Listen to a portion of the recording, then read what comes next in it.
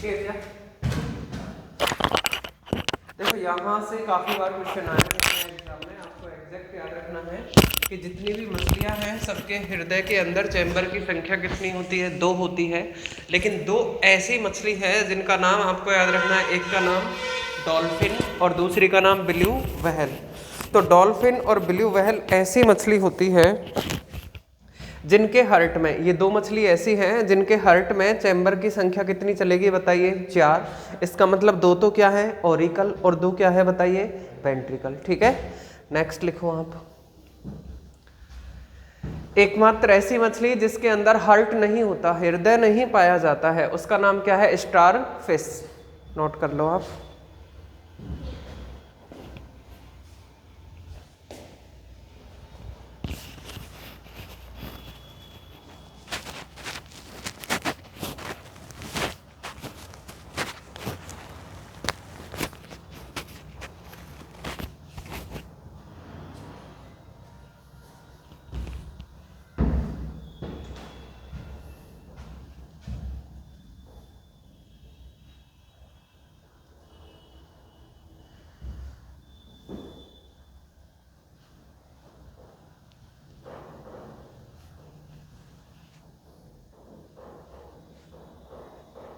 लिख लिया सबने?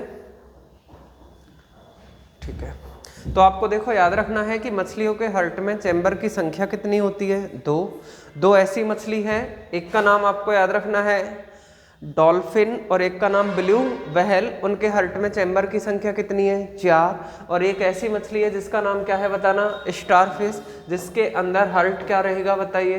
अनुपस्थित रहेगा। ठीक है, नेक्स्ट आपको याद रखना है। इसके बाद में एम्फीबियन।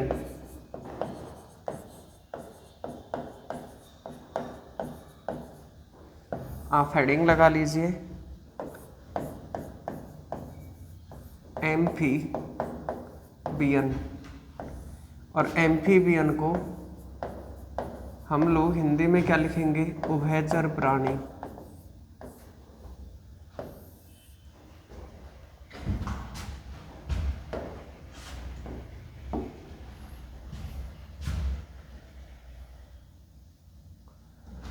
लिख लिया सबने? देखो सबसे पहले आपको याद रखना है कि एम्फीबियन, हम उभयचर प्राणी हम किसे कहेंगे? तो आपको याद रखना है कि ऐसा कोई भी प्राणी जो कि जल और थल दोनों स्थानों पर रहता है, दोनों स्थानों पर रह सके, दोनों स्थानों पर चल सके, उस प्राणी को हम लोग क्या कहेंगे? उभयचर प्राणी। एक तो आपको ये याद रखना है, हालांकि कभी एग्जाम में नहीं आएगा बट याद रखना है बस, कि ऐसे प्राणी जो जल और थल दोनों स्थानों पर रह सके, दोनों स्थानों पर चल सके आराम से, उन प्राणियों को हम लोग क्या कहेंगे? उभयचर प्राणी। नेक्स्ट आपको याद रखना है कि ऐसे प्राणी जो जल और थल दोनों स्थानों पर रह सके, उनके हार्ट में चैम्बर की संख्या, चैम्बर का मतलब कोष्ठक की संख्या कितनी होती है? तो आपका जवाब क्या आना चाहिए? 3। इनके हार्ट में चैम्बर की संख्या कितनी चलेगी बताइए? 3। आपको याद रखना है 2 तो क्या होंगे बताइए? ऑरिकल, और एक क्या होगा बताइए? वेंट्रिकल। ठीक है, तो आपसे पूछा जाएगा कि उभयचर प्राणियों के हृदय में चैम्बर की संख्या कितनी होती है? 3। 2 तो क्या होते हैं बताइए? ऑरिकल, और एक क्या होता है बताना? वेंट्रिकल। ठीक है, नेक्स्ट आपको कुछ इसके एग्जाम्पल भी याद रखना है, जैसे कि दोनों स्थानों पर कौन रह सकता है बताइए? मेंढक। कौन रहेगा? मेंढक। ठीक है, मेंढक के अलावा और कौन रहेगा बताइए? कछुआ। कौन रहेगा बताइए? कछुआ। ठीक है, इसके अलावा मेंढक हो गया, कछुआ हो गया। ठीक है, और इन सबके अंदर हार्ट में चैम्बर की संख्या कितनी चलेगी बताइए? 3। इनके हृदय में चैम्बर, इन सबके हृदय में चैम्बर की संख्या कितनी चलेगी बताइए? 3 चलेगी। ठीक है, लेकिन आपको 2 क्वेश्चन और याद रखने हैं। एक बार इतना लिखो आप, लिखे जल्दी से। लिखो ऐसे प्राणी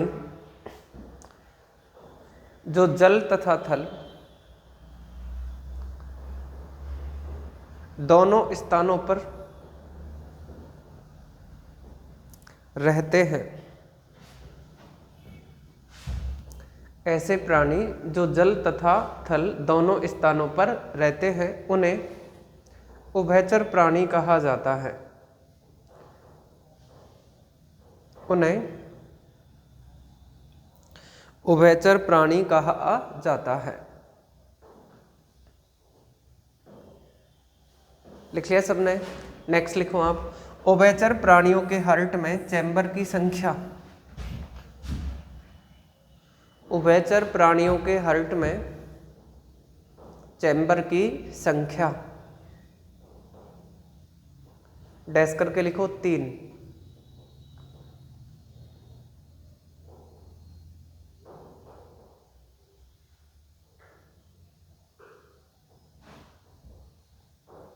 तीन है, इसका मतलब 2 तो ऑरिकल और 1 क्या है बताना? वेंट्रिकल। ठीक है।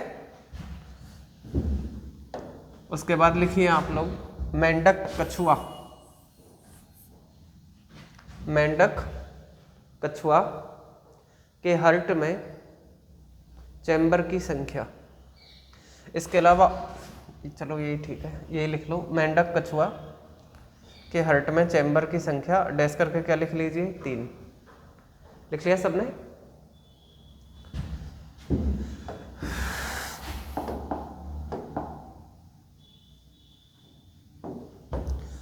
नेक्स्ट नंबर 3 आप हेडिंग लगाइए, रेप्टाइल्स। रेप्टाइल्स, और रेप्टाइल्स को हम हिंदी में क्या बोलेंगे? सरीसृप।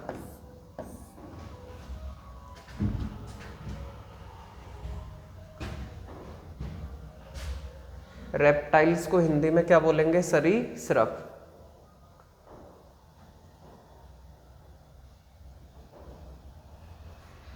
लिख लिया सबने? देखिए, एक तो आपको याद रखना है कि ऐसे प्राणी जो रेंग कर चलते हैं, आपको याद रखना है कि ऐसा कोई प्राणी जो रेंग कर चलता है, रेंग कर चलने वाले प्राणी, रेंग कर चलने वाले प्राणी क्या कहलाते हैं? तो आपका जवाब क्या आना चाहिए? रेप्टाइल्स। रेंग कर चलने वाले प्राणी आपके क्या कहलाएंगे? रेप्टाइल्स। और आपको याद रखना है कि ये क्वेश्चन है वो रीट 2022 के अंदर भी आ चुका है प्री की एग्जाम में, कि रेंग कर चलने वाले प्राणी क्या कहलाते हैं? तो आपका जवाब क्या आना चाहिए? रेप्टाइल्स कहलाते हैं। ठीक है। उसके बाद आपको याद रखना है कि रेप्टाइल्स के हार्ट में, रेप्टाइल्स के हार्ट में चैम्बर की संख्या कितनी होती है? तो आपका जवाब क्या आना चाहिए? 3। रेप्टाइल्स के हार्ट में चैम्बर की संख्या कितनी होती है? 3 होती है। इसका मतलब 2 तो क्या होंगे बताइए? ऑरिकल, और 1 क्या होगा? वेंट्रिकल। ठीक है। नेक्स्ट आपको याद रखना है कि अब आप हमें ऐसे प्राणी बताइए जो रेंग कर चलते हैं। ठीक है। तो एक तो आपको क्या याद रखना है? सांप। एक तो आपको क्या याद रखना है? सांप। ठीक है। इसके अलावा आपको याद रखना है छिपकली। याद रखना है? छिपकली। आपको याद रखना है छिपकली कोई हम लोग क्या बोलेंगे? लिजार्ड।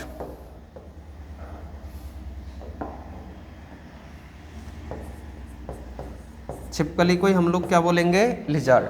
तो छिपकली हो गया, एक सांप हो गया। ठीक है। इसके अलावा एक और प्राणी आपको याद रखना है, सालोमेंडर। क्या याद रखना है? सालोमेंडर। सालोमेंडर छिपकली के जैसा ही दिखाई देता है, लेकिन इसका कलर कैसा होता है? काला। इसका कलर कैसा होता है? काला। ठीक है। छिपकली के जैसा ही दिखाई देगा। और इन सब के अंदर हार्ट में चैम्बर की संख्या कितनी होती है? तो आपका जवाब क्या आना चाहिए? 3। कितनी? 3। ठीक है। इसके अलावा आपको याद रखना है कि 2 ऐसे प्राणी भी हैं जो रेंग करके चलते हैं, और उनका नाम आपको याद रखना है। एक का नाम मगरमच्छ। एक का नाम आप क्या याद रखोगे? मगरमच्छ। और दूसरा आप लोग क्या याद रखोगे? घड़ियाल। याद रखोगे? घड़ियाल। और इनके हार्ट के अंदर चैम्बर की संख्या कितनी होती है? 4। कितनी होती है बताइए? 4। ठीक है। तो आपको याद रखना है पहला क्वेश्चन कि रेप्टाइल्स हम किसे कहेंगे, तो आपका जवाब क्या आना चाहिए कि जो रैंक करके चलते हैं प्राणी उन्हें हम लोग क्या कहेंगे, रेप्टाइल्स। और जितने भी रेप्टाइल्स हैं उनके हार्ट में चैम्बर की संख्या कितनी है, 3। कुछ एग्जाम्पल है जो कि आपको याद रखना है। एक तो आपको क्या याद रखना है, सांप। दूसरा क्या याद रखना है, छिपकली। तीसरा आपको क्या याद रखना है, सालोमेंडर। इनके हार्ट में चैम्बर की संख्या कितनी है, 3 है। इसके अलावा आपको याद रखना है कि 2 प्राणी ऐसे हैं, एक का नाम क्या है, मगरमच्छ, दूसरे का नाम क्या है, घड़ियाल। इनके हार्ट में चैम्बर की संख्या कितनी होती है, 4। आ गया समझ में, लिखो इतना। सबसे पहले लिखिए आप लोग, रैंक कर चलने वाले प्राणी, रैंक कर चलने वाले प्राणी रेप्टाइल्स कहलाते हैं। रैंक कर चलने वाले प्राणी रेप्टाइल्स कहलाते हैं।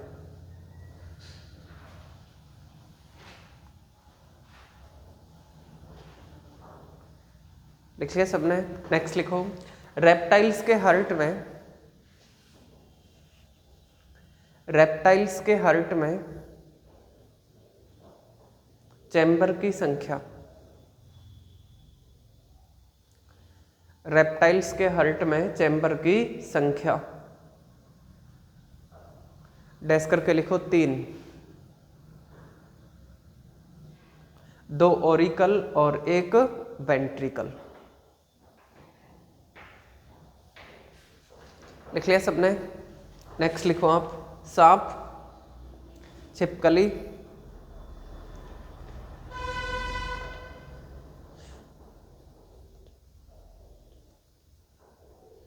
इसके अलावा सालोमेंडर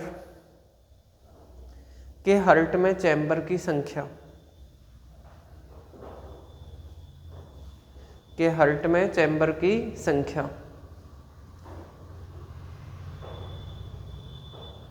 डैश करके क्या लिख लीजिए, 3।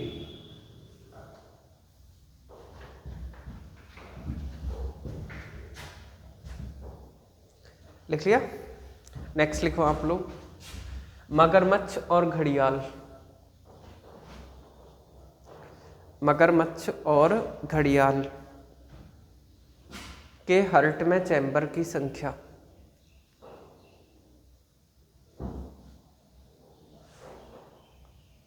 डैश करके लिखिए 4।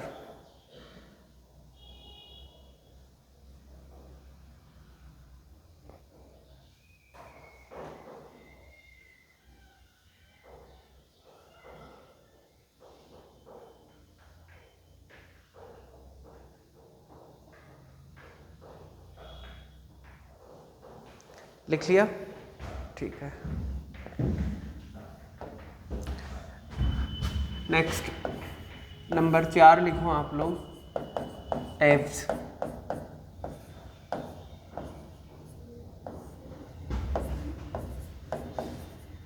पक्षी।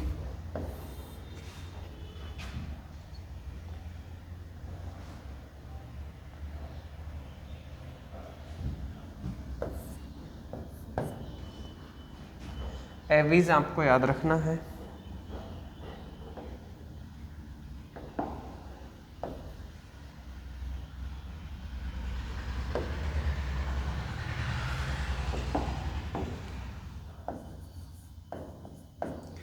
एवीज को हम लोग क्या बोलेंगे, पक्षी, ठीक है।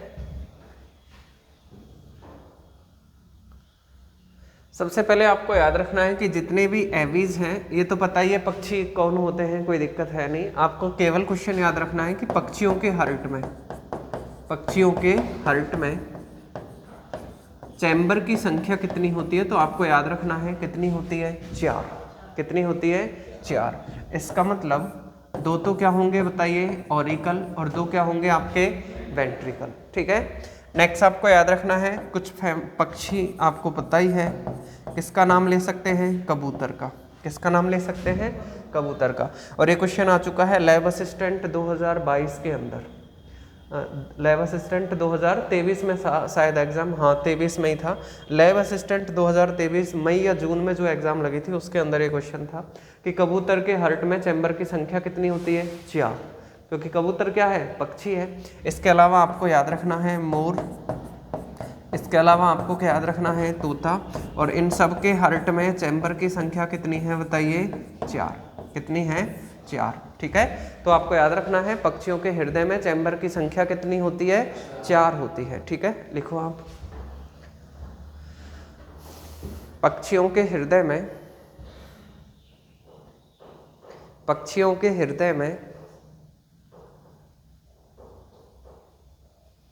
चैम्बर की संख्या,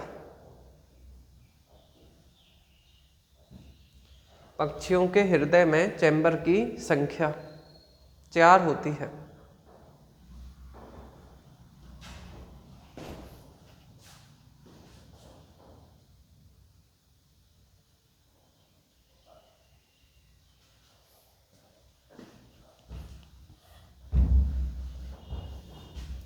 लिख लिया सबने? ये भी लिख लीजिए आप लोग, कबूतर, मोर, तोता, डैश करके 4 चैम्बर।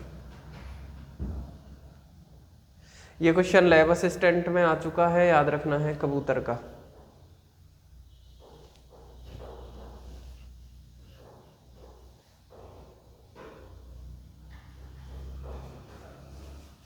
लिख लिया सबने? ठीक है, नेक्स्ट लिखिए आप लोग नंबर 5।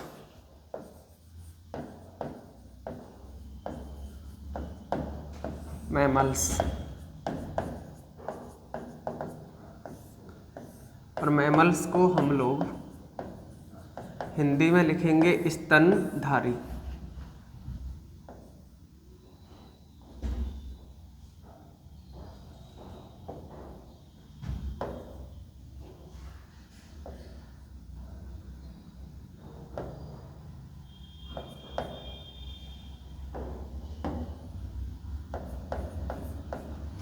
स्तनधारी।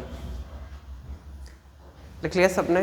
देखिए पहला क्वेश्चन, आपको समझ के चलना है कि हम स्तनधारी किसे कहेंगे। ठीक है, तो आपको याद रखना है कि ऐसा कोई भी प्राणी जो बच्चा पैदा करता है, ऐसा कोई भी प्राणी जो क्या पैदा करता है? बच्चा। एक तो बच्चा पैदा करे, ठीक है, यानी कि अंडा नहीं देना चाहिए। समझ में आ रहा है? अंडा नहीं देना चाहिए, बच्चा ही जन्म लेना चाहिए। एक तो बच्चा पैदा करे और अपने बच्चे को दूध पिलाता है।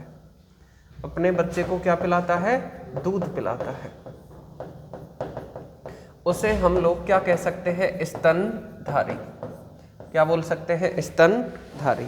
तो एक तो आपको ये पता होना चाहिए कि स्तनधारी हम कहेंगे किसे, तो आपका जवाब क्या आना चाहिए कि ऐसा कोई भी प्राणी जो बच्चा पैदा करे, अंडा नहीं देना चाहिए। ठीक है, बच्चा पैदा करे और अपने बच्चे को अपना क्या पिलाता है?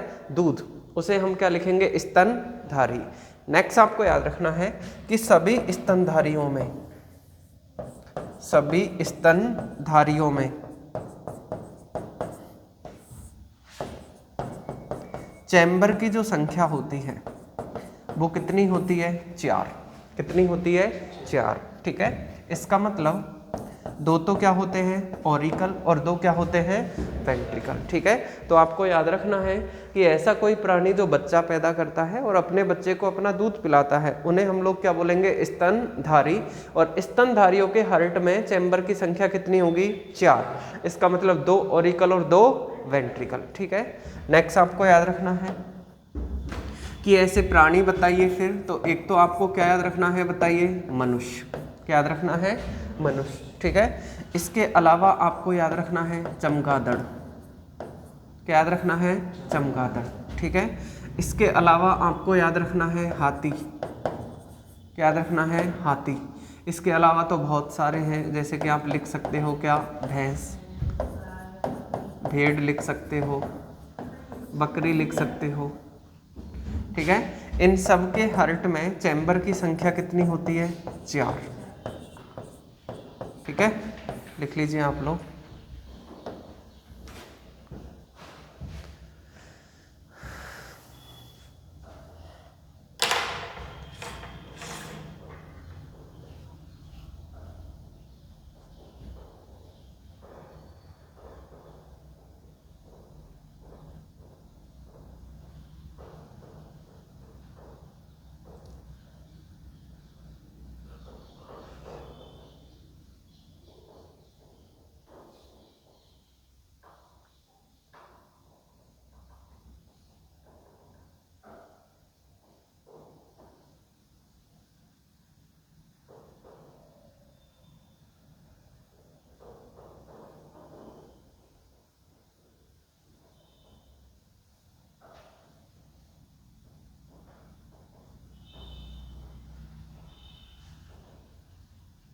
आपके जीके की क्लास नहीं लग रही? कल नहीं लगी?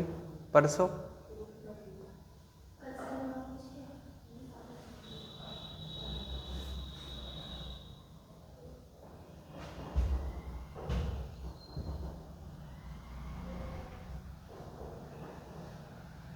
लिखिए क्या?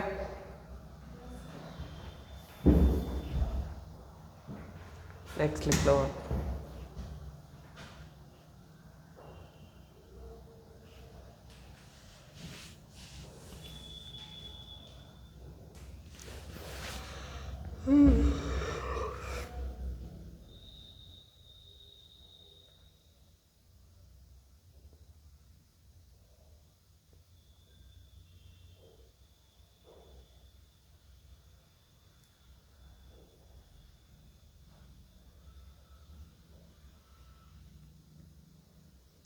लिख लिया? अब देखिए आपसे क्वेश्चन पूछा जाएगा कि आप हमें एक चीज बताइए कि सबसे ज्यादा चैम्बर है वो कौन से जानवर में पाए जाते हैं। ठीक है, तो आपको याद रखना है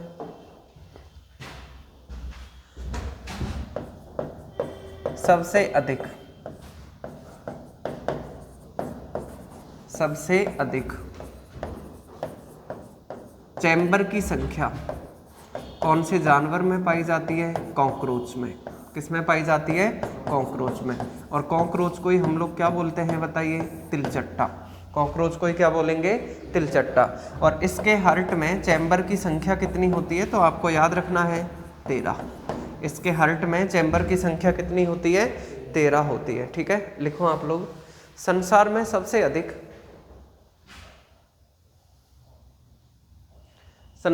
सबसे अधिक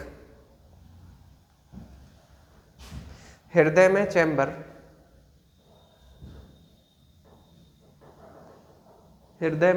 चैम्बर डैश करके लिख लीजिए कॉकरोच। डैश करके क्या लिख लीजिए? कॉकरोच।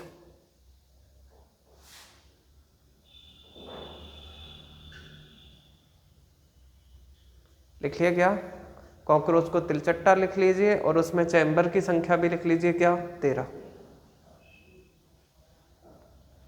लिख लिया सबने?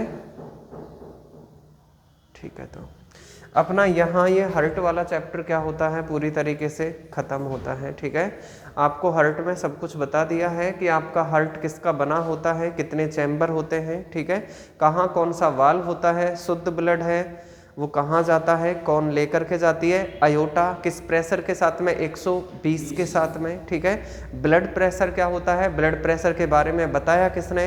बीपी लो क्यों होता है, हाई क्यों होता है, अटैक क्यों आता है, ये सब कुछ आपको बता दिया गया है। ठीक है, और अब शायद ही कोई ऐसा क्वेश्चन हो जो कि एग्जाम में आए और आप ना कर पाए। ठीक है, जितना आपको होना चाहिए आपके पास में कंटेंट वो पूरा आपको पढ़ा दिया गया है। ठीक है, उसके बाद में नेक्स्ट चैप्टर हम पढ़ के चलेंगे डाइजेस्टिव सिस्टम। क्या पढ़ के चलेंगे? Digestive system. ठीक है, तो आप हेडिंग लगा लीजिए।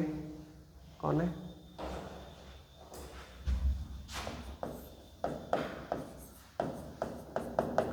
Digestive system.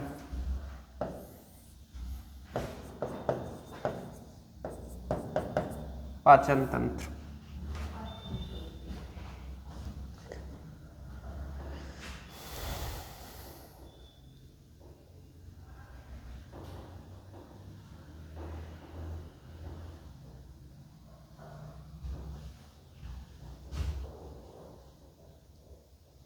देखिए सबने, ये भी एक बड़ा टॉपिक है और इसको पढ़ने में लगभग टाइम लगेगा 8 से 10 दिन का। कितना टाइम लगेगा? 8 से 10 दिन का। ठीक है, क्योंकि इसमें हम बहुत सारे अपने अंगों को पढ़ने वाले हैं, जैसे कि अपना माउथ हो गया, मुंह हो गया। ठीक है, मुंह के अंदर जीभ है वो भी हम यहीं पढ़ेंगे, दांत है वो भी हम यहीं पढ़ेंगे। ठीक है, अपनी भोजन नलिका हो गई, पेट हो गया, छोटी आंत हो गई, बड़ी आंत हो गई, अपना लीवर हो गया, अपना पैनक्रियाज हो गया। ठीक है, इन सभी अंगों को हम लोग कहाँ पढ़ के चलेंगे? अपने डाइजेस्टिव सिस्टम में। ठीक है, तो इसका मतलब क्या है? पाचन तंत्र, यानी कि हम जो खाना खाएंगे उसका पाचन होगा कैसे, यानी कि अपना भोजन कैसे पचेगा और भोजन को पचाने में कौन कौन सा अंग है वो काम करेगा और कैसे काम करेगा, इस सब का अध्ययन किया जाता है कौन से चैप्टर में, अपने पाचन तंत्र में। तो पहला क्वेश्चन अपन को ये याद रखना है कि आप हमें एक चीज बताइए, पाचन तंत्र का अध्ययन, पाचन तंत्र का अध्ययन करना क्या कहलाता है? तो आपको याद रखना है गैस्ट्रोलॉजी। पाचन तंत्र का अध्ययन करना क्या कहलाता है? गैस्ट्रोलॉजी कहलाता है। ठीक है, उसके बाद आपको याद रखना है कि मान लीजिए आपके भोजन को पचने में कोई दिक्कत हो रही है, ठीक है, या भोजन को जो पचाते हैं उन अंगों में यदि कोई भी दिक्कत हो रही है तो हम डॉक्टर से कंसल्ट करेंगे और उसका डॉक्टर क्या कहलाएगा? तो आपको याद रखना है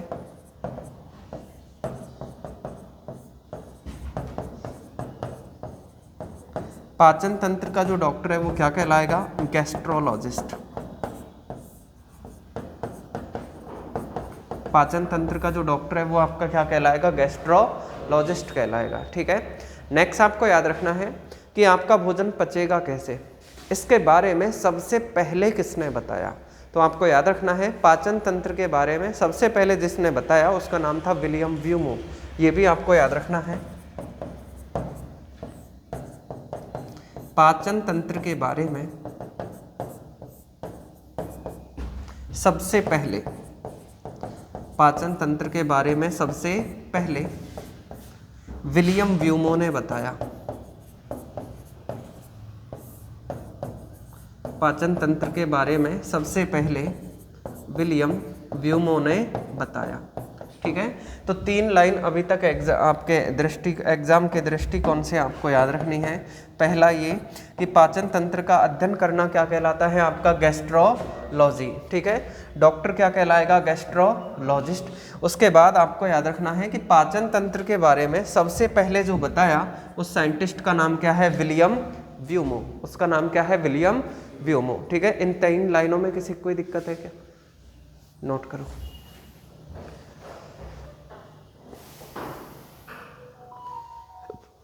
राजेश जी ये ले जाना, आ गए आप? हाँ, इस क्लास मिस नहीं है यार। हाँ, बच्चे क्या परेशान होकर के आते हैं, फिर थोड़ा ठीक नहीं लगता।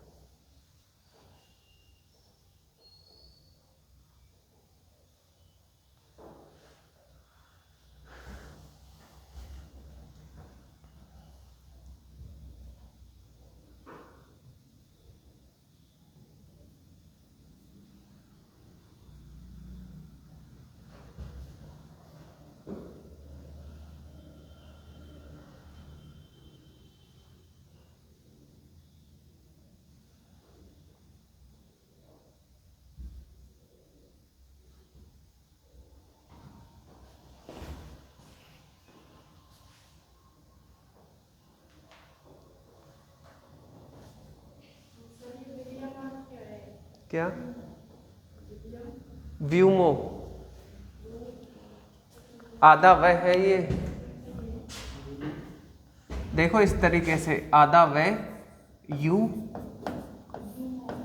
हाँ व्यूमो, आधा वह वकील है, उसके बाद में यह यज्ञ है, व्यूमो। लिख लिया सबने? अब देखो नेक्स्ट, अब आपसे क्वेश्चन पूछा जाएगा कि आप हमें एक चीज बताइए, भोजन का पाचन है क्या? भोजन का पाचन है क्या? आप सबसे पहले ये बताइए, आप लोग भोजन करते क्यों हो? बताओ जल्दी से।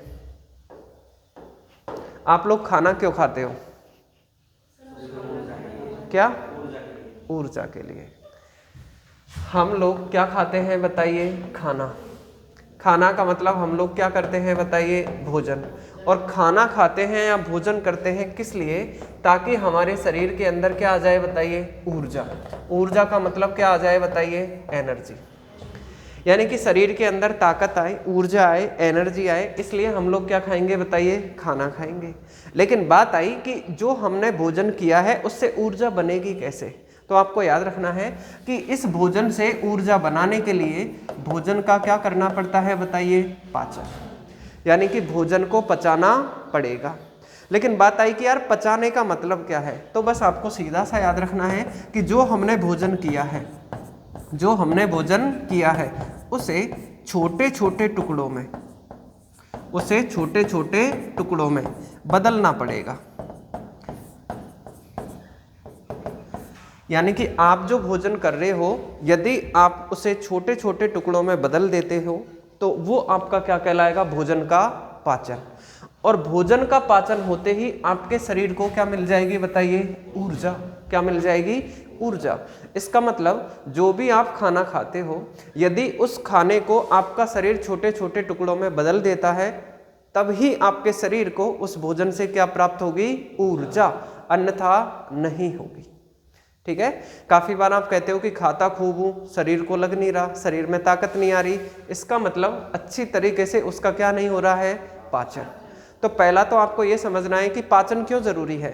शरीर को भोजन से क्या चाहिए, ऊर्जा, और ऊर्जा के लिए पाचन आवश्यक है। और पाचन का मतलब क्या है कि भोजन को छोटे छोटे टुकड़ों में बदलना पड़ेगा। लेकिन बात आई कि यार इसको छोटे छोटे टुकड़ों में बदलेगा कौन, अंदर कोई मैकेनिज्म तो है, कोई ना कोई चीज काम करेगी। तो आपको याद रखना है कि इसको छोटे छोटे टुकड़ों में बदलने का कार्य कौन करता है, एंजाइम। कौन करेगा, एंजाइम। और एंजाइम के साथ साथ में और कौन करेगा, पाचक रस। कौन करेगा बताइए।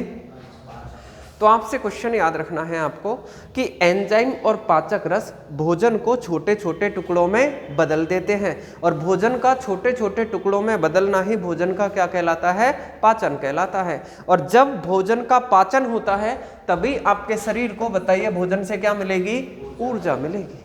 यानी कि भोजन छोटे छोटे टुकड़ों में बदल गया तब तो आपके शरीर को क्या मिल जाएगी, ऊर्जा, अन्यथा नहीं मिलेगी। ये भी आपको याद रखना है। इतना समझ में आ गया क्या, तो लिखिए आप लोग।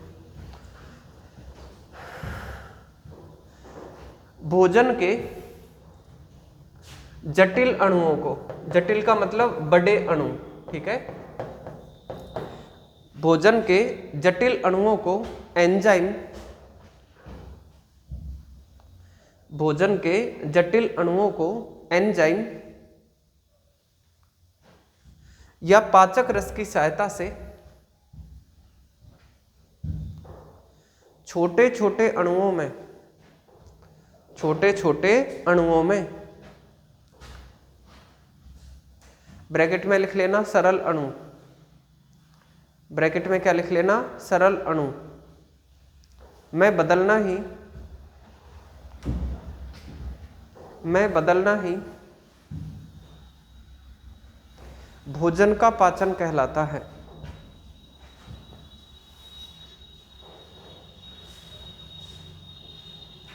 में बदलना ही भोजन का पाचन कहलाता है। लिख लिया सबने।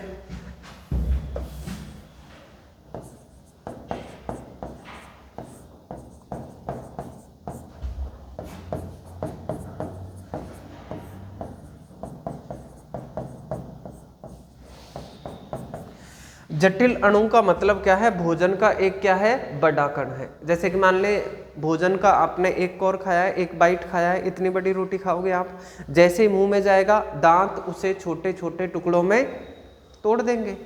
अब दांत उसके छोटे छोटे टुकड़ों में तोड़ेंगे, तुरंत उसमें जीभ उसमें क्या घोल देगी, लार, और जैसे ही लार घुलेगी भोजन और छोटे छोटे टुकड़ों में टूटेगा और वहीं से भोजन का पाचन है वो शुरू हो जाएगा। ठीक है। नेक्स्ट आपको याद रखना है कि मान लीजिए यदि ये भोजन का जटिल अणु है तो इस जटिल अणु के पास में कौन आएंगे, एंजाइम।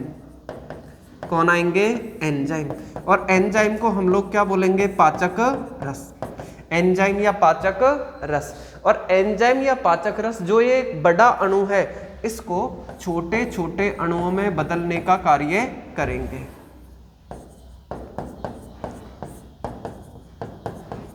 ये आपके भोजन के छोटे छोटे क्या बन गए हैं, अणु, जिन्हें हम लोग क्या कह रहे हैं बताइए, सरल अणु। ठीक है। तो भोजन का, मैं नहीं पीऊंगा सर, मैं नहीं पीऊंगा सच्ची में, नहीं, ऐसे ही एसिडिटी बनती है मेरे, आप किसी को भी दे दो।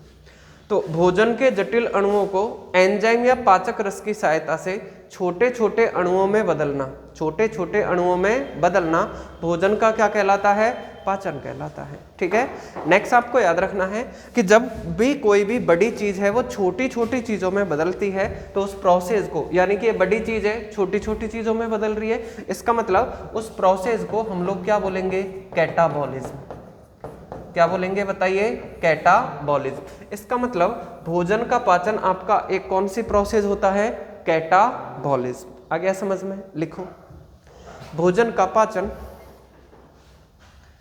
भोजन का पाचन एक कैटाबॉलिज्म प्रक्रिया होती है।